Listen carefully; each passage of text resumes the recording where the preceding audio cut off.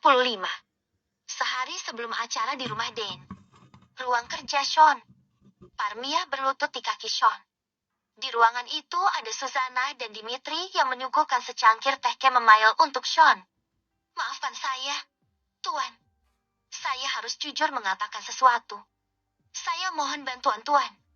Setelahnya, saya rela dihukum apa saja, tapi saya mohon bantuan Tuan sekali lagi. Parmia bersimpu di kaki Sean. Susanna dan Dimitri heran melihat Parmia. Sean menunduk mencoba meraih bahu Parmia agar segera bangkit. Dia merasa risih karena Parmia bersujud di kakinya. Susanna membantu Parmia berdiri. Ibu duduk saja dan katakan dengan jelas bantuan apa yang ibu inginkan dari Tuan Sean. Ucap Susanna lembut. Parmia duduk lalu terisak. Sungguh saya beruntung bertemu dengan Tuan di sini.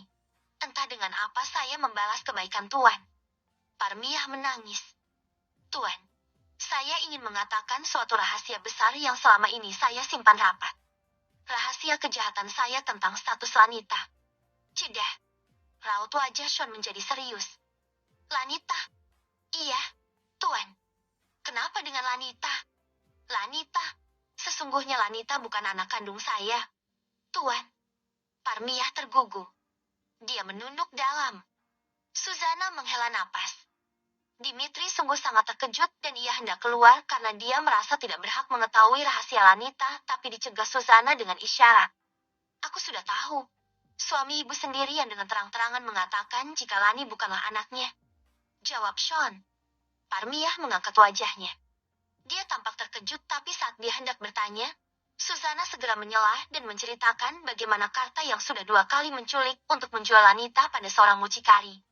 Oh, ya Tuhan. Parmia memekik tertahan seraya menutup mulutnya. Maafkan kami karena memasukkan Karta ke jeruji besi. Tuan Shan ingin ibu dan Lanita merasa aman. Tapi jika ibu ingin suami ibu bebas, Tuan bisa membebaskannya kapan saja. Ucap Susanna. Parmia sedang tidak memikirkan Karta. Fokusnya saat ini adalah Lani. Oke, silakan ibu lanjutkan apa yang ingin ibu sampaikan. Pinta Susanna. Maka mengalirlah cerita masa lalu saat Lani ditukar dengan anak Salomah dengan detail tanpa ada yang terlewat. Parmia masih mengingat dengan jelas kejahatan yang sudah dia lakukan dulu. Setelah Parmia bercerita, suasana ruangan hening. Sean, Susanna dan Dimitri merasakan keterkejutan yang sangat setelah mendengar cerita Parmia. Ini bukan drama, kan? Bisik Dimitri di telinga Susanna. Susanna hanya menyikut lengan Dimitri tanpa kata. Sementara Sean mengusap wajahnya berkali-kali. Lanita anaknya Dan. Apa memang seharusnya yang menikah dengannya adalah Lanita dan bukan Sharon? Susanna berdehem mencairkan suasana. Bu, kenapa bisa kalung Nyonya Dan ada pada ibu? Tanya Susanna hati-hati. Sebenarnya itu bukan kalung. Dulu, liontin berbentuk hati itu adalah bandul sebuah gelang kaki bayi. Sesaat sebelum Lanita lahir, Nyonya Dan meminta saya memakaikan gelang di kaki bayinya. Saya terpaksa mengatakan jika gelang kakinya hilang. Padahal gelang kaki ini yang saya ambil bersama bayi Nyonya Dan, sebagai bukti suatu saat kelak Lanita bisa kembali bertemu orang tua kandungnya. Parmia kembali menangis terseduh. Susanna menyodorkan botol air mineral yang memang sudah tersedia di ruang kerja Sean. Lanita tumbuh menjadi gadis yang cerdas serta baik. Saya selalu menyemangati dan memimpikan Lani bekerja di Pro Corporation. Berharap Lani bertemu dengan pemilik perusahaan, ibu kandungnya. Karena saya sangat merasa bersalah membawa Lanita dalam kesengsaraan. Parmia semakin tergugu. Susanna dan Dimitri menyimak dengan sangat antusias. Sementara Sean mendengarkan dengan seksama. Tapi ternyata takdir berjalan lain. Lanita bekerja di sini dan bisa langsung bertemu dengan ibu kandungnya, lebih mudah dan lebih dekat. Hening.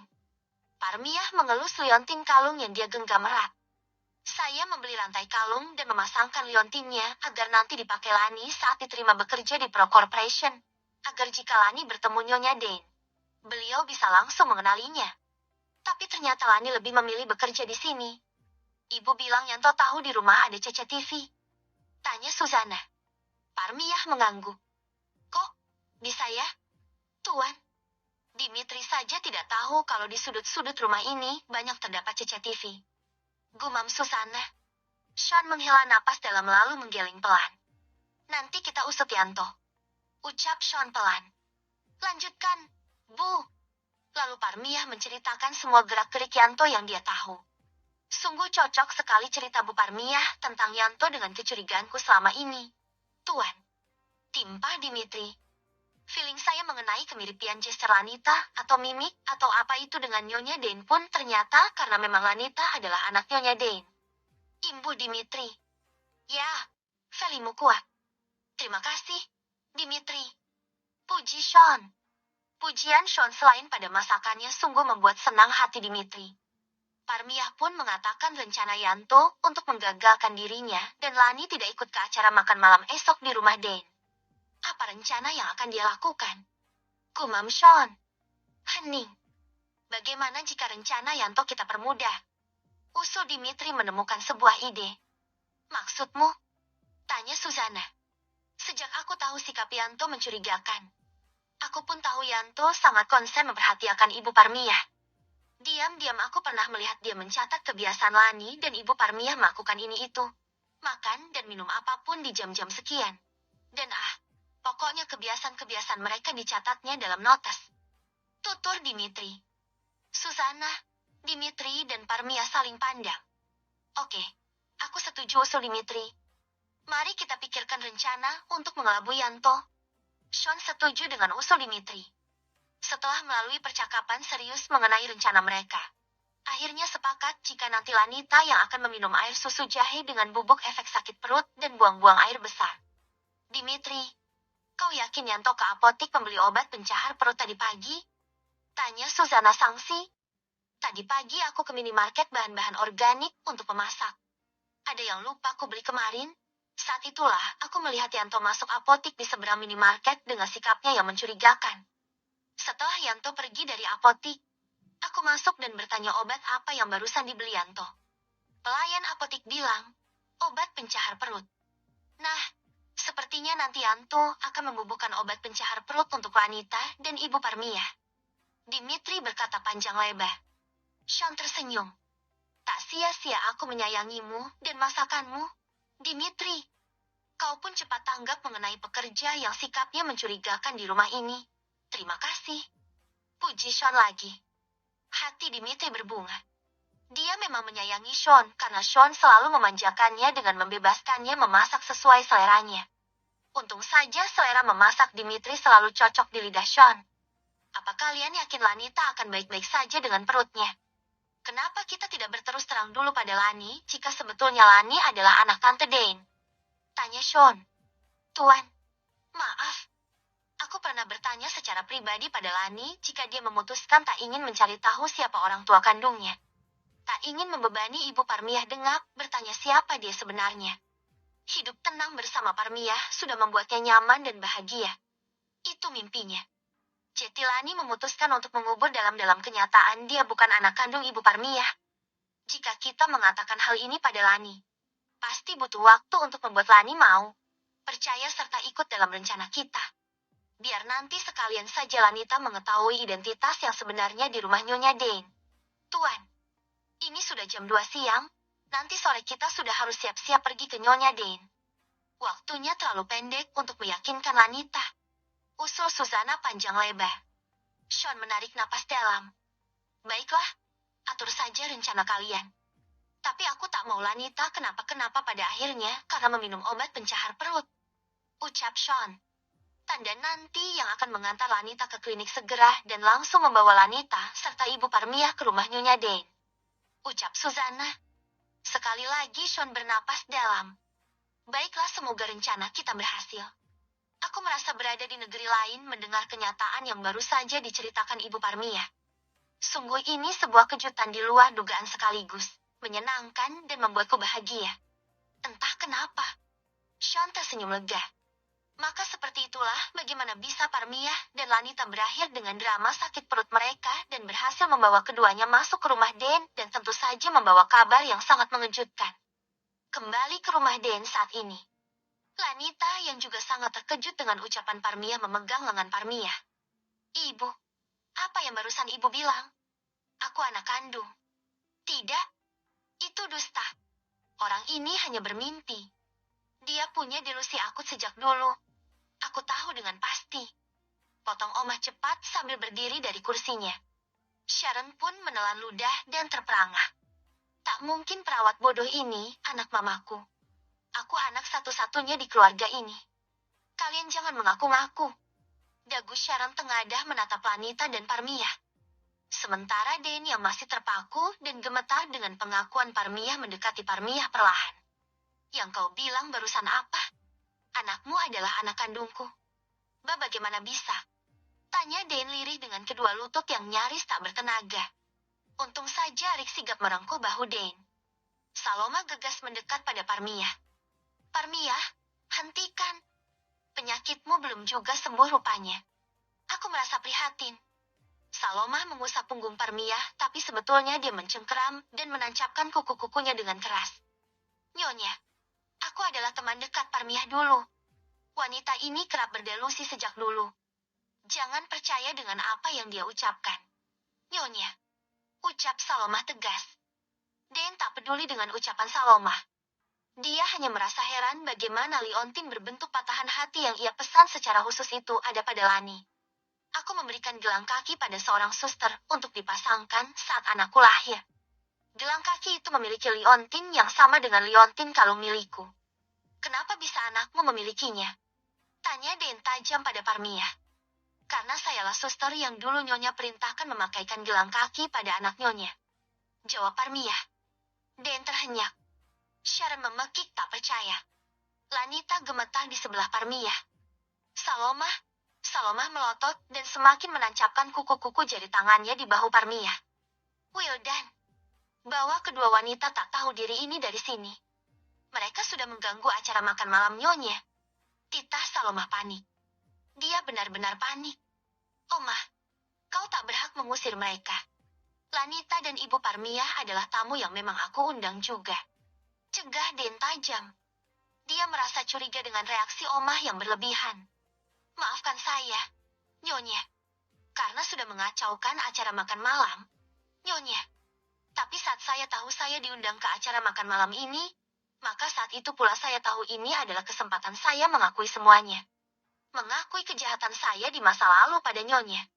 Parmia luruh dan bersujud di kaki Dane. Dane tentu berjengit risih. Tidak perlu seperti ini. Bangunlah. Ceritakan apa yang sudah kau lakukan di masa lalu. Dane menahan debur hatinya yang bertalu. Lanita anak kandungnya. Lalu siapa Sharon? Saloma menarik tubuh Parmia kasar. Pergi kau dari sini wanita gila. Dia ini gila. Nyonya. Dia bukan suster. Dia pernah dirawat di rumah sakit jiwa. Teriak Saloma. Kamu yang gila. Omah, bagaimana bisa kau hidup tenang setelah kau membujukku menukar bayimu dengan bayi Nyonya Dane? Parmia menepis tangan Omah dan berkata tajam. Dane lagi-lagi nyaris terjengkang. Untung saja Rick masih berada di belakangnya. Mi menukar bayiku. Dane terbelalak dan melotot pada Omah meminta penjelasan. Dia hanya berdelusi. Nyonya, bagaimana bisa saya menukar bayi? Jelas-jelas ucapannya hanya karangan semata. Omah menepis dengan panik. Aku tidak berdelusi. Omah, anakmu lahir dengan kelainan jantung dan harus segera dioperasi karena kalau tidak, usia bayimu tidak akan bertahan lebih dari sebulan. Kau tidak punya uang lalu membujukku yang ingin memiliki anak agar menukar bayimu dengan bayi sehat Nyonya Dane. Dengan harapan anakmu bisa segera dioperasi saat itu juga dengan uang Nyonya Dane yang tentu saja karena ulahku menukar bayi dengan kelainan jantung itu. Parmia berkata tegas dan lancar seraya menatap tajam Omah. Dane menoleh pada Sharon. Dia lemas. Kau, saat bayi memang melakukan operasi kelainan jantung. Sharon. Ucap Dane lirih. Mama. Pekik Sharon. Jadi apa artinya? Maksud mama aku adalah bayi. Sharon melihat ke arah Saloma. Oh, tidak. Tidak. Ini pasti hanya lelucon. Aku tentu saja anakmu kan? Ma. Sharon mengacak-acak rambutnya gusar. Tentu saja dia tidak terima jika dirinya dianggap anak yang ditukar. Anak Saloma. Big nomor. Dirinya adalah anak seorang pengusaha wanita sukses. Dane Perlina Sugandi. Hei, kalian. Pergi dari sini. Jangan membuat lelucon murahan. Sharon menunjuk-nunjuk Lanita dan Parmia. Dan menyugar rambutnya kasar. Sudah, cukup. Diam semua. Aku yang memutuskan siapa yang berhak bicara di sini. Kau, Ibu Parmia. Katakan dengan jelas dan jujur apa yang sebetulnya terjadi di masa lalu. Kalian semua diam. Sentak Den yang tiba-tiba saja kepalanya menjadi berat dan pening. Parmia dengan sigap menceritakan sekelumit kisah masa lalu tentang Lanita dan gelang kaki berliontin patahan bentuk hati khusus itu. Lalu kisah Yanto di rumah, Sean tak luput dari cerita Parmia. Setelahnya Parmia bersujud kembali di kaki Den. Hukum saya, penjarakan saya. Saya ikhlas karena saya sudah tenang menceritakan kebenaran ini. Nyonya, silakan tes DNA Lanita dengan Nyonya. Nyonya akan menemukan bukti yang lebih akurat lagi. Parmia berurai air mata bersujud di kedua kaki Den. Saloma gemetar setengah mati di tempatnya berdiri. Sharon terbelalak tak percaya dengan apa yang barusan dia dengar. Lanita terduduk di lantai. Dia berurai air mata seraya menahan sakit perut yang tiba-tiba menyerangnya kembali. Lanita mulas dan harus segera menuntaskan hajatnya, tapi kedua kakinya lemas untuk digerakkan. Susana melihat gelagat Lani yang perutnya kembali terasa. Dia sedikit merasa khawatir karena hanya Lani yang betulan meminum obat pencahar itu.